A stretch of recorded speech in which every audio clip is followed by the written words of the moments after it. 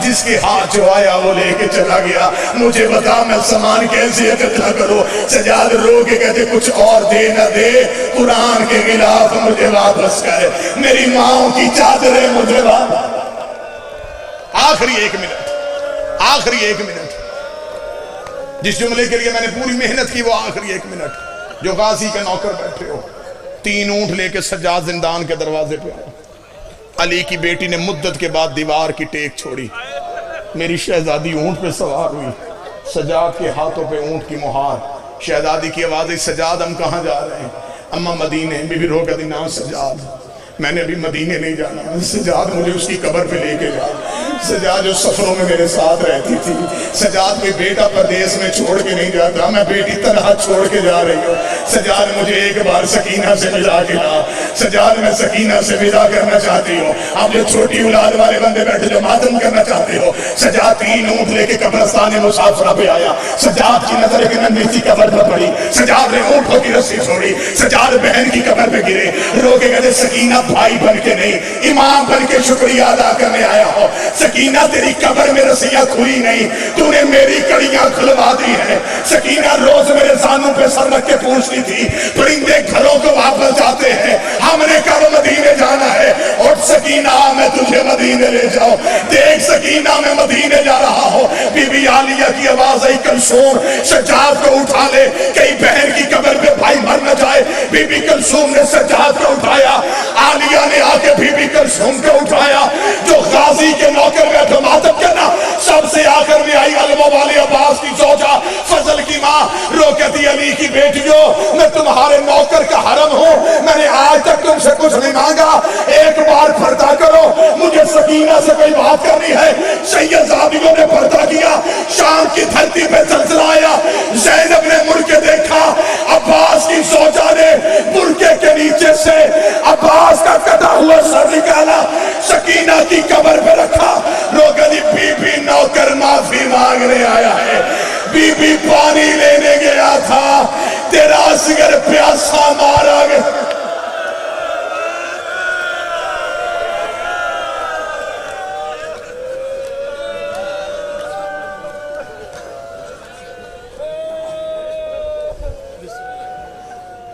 خود محمد کے لیے میوہ دل ہے زہرا، خود محمد کے لیے میوہ دل ہے زہرا، اس کی خوشبو سے ہی خوشبو رسول آئے گی۔